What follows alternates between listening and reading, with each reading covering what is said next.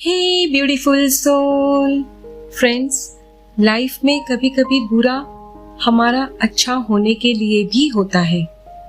I mean to से कई बार हमारी जिंदगी में मनपसंद चीज हमसे दूर हो जाती है या फिर हम उसे हासिल नहीं कर पाते और फिर देखते हैं कि हमें जिंदगी में उससे भी बेहतर चीज मिल गई है और तब हम सोचते हैं कि हम बेकार में ही इतने दुखी हुए। पर ये एक ह्यूमन नेचर है। हमारे पास वो आंखें नहीं जो हमारा फ्यूचर देख सके, लेकिन हाँ, हम अगर भगवान तथा यूनिवर्स पर भरोसा रखें कि ठीक है, मेरी मनपसंद चीज नहीं मिली या दूर हो गई तो क्या हुआ, मुझे जो मेरे लिए सबसे बेस्ट है वो मिलकर ही रहेगा। क्यों? क्योंकि मेरे भगवान, मेरा यूनिवर्स मेरे साथ है। कुछ ऐसा ही आज जिनकी सक्सेस स्टोरी हम सुनेंगे उनके जीवन में भी हुआ। फ्रेंड्स, कुछ ऐसा ही आज जिनकी सक्सेस स्टोरी हम सुनेंगे उनके जीवन में भी हुआ।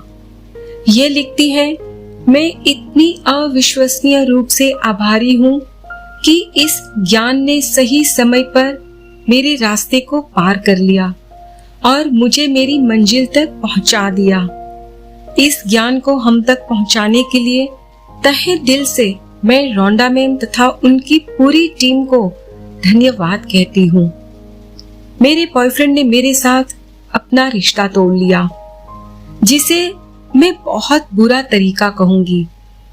हम करीब साल भर से साथ में थे और इमोशनली वी वर अटैच्ड।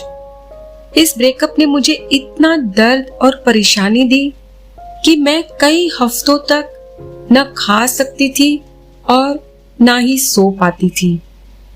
दिन लंबे थे, रातें भी लंबी थी।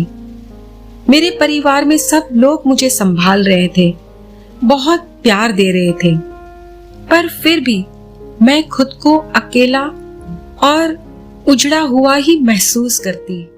मैं पूरी तरह से बर्बाद हो चुकी थी। Life was very difficult.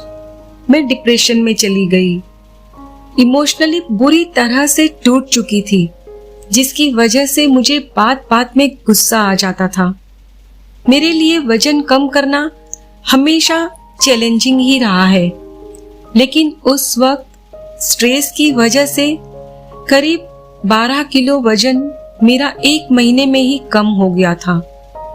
अंदर से इतनी कमजोर पड़ गई थी कि सबके सामने में भी मैं रो पड़ती।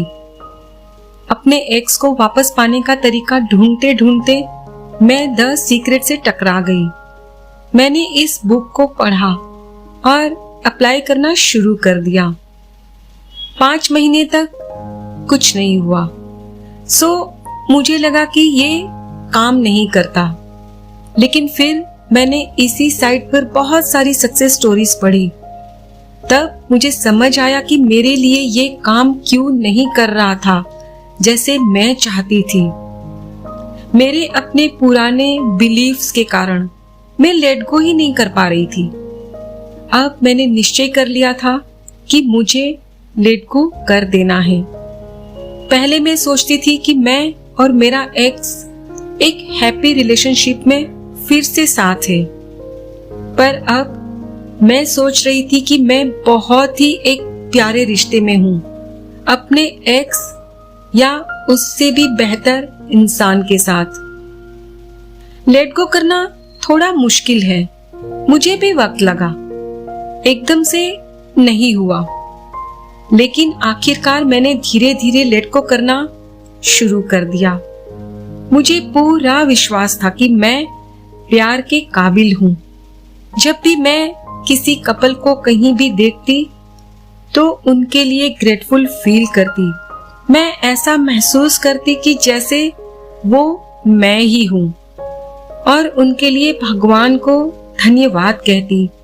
उन्हें दुआएं देती कि उनका साथ हमेशा बना रहे।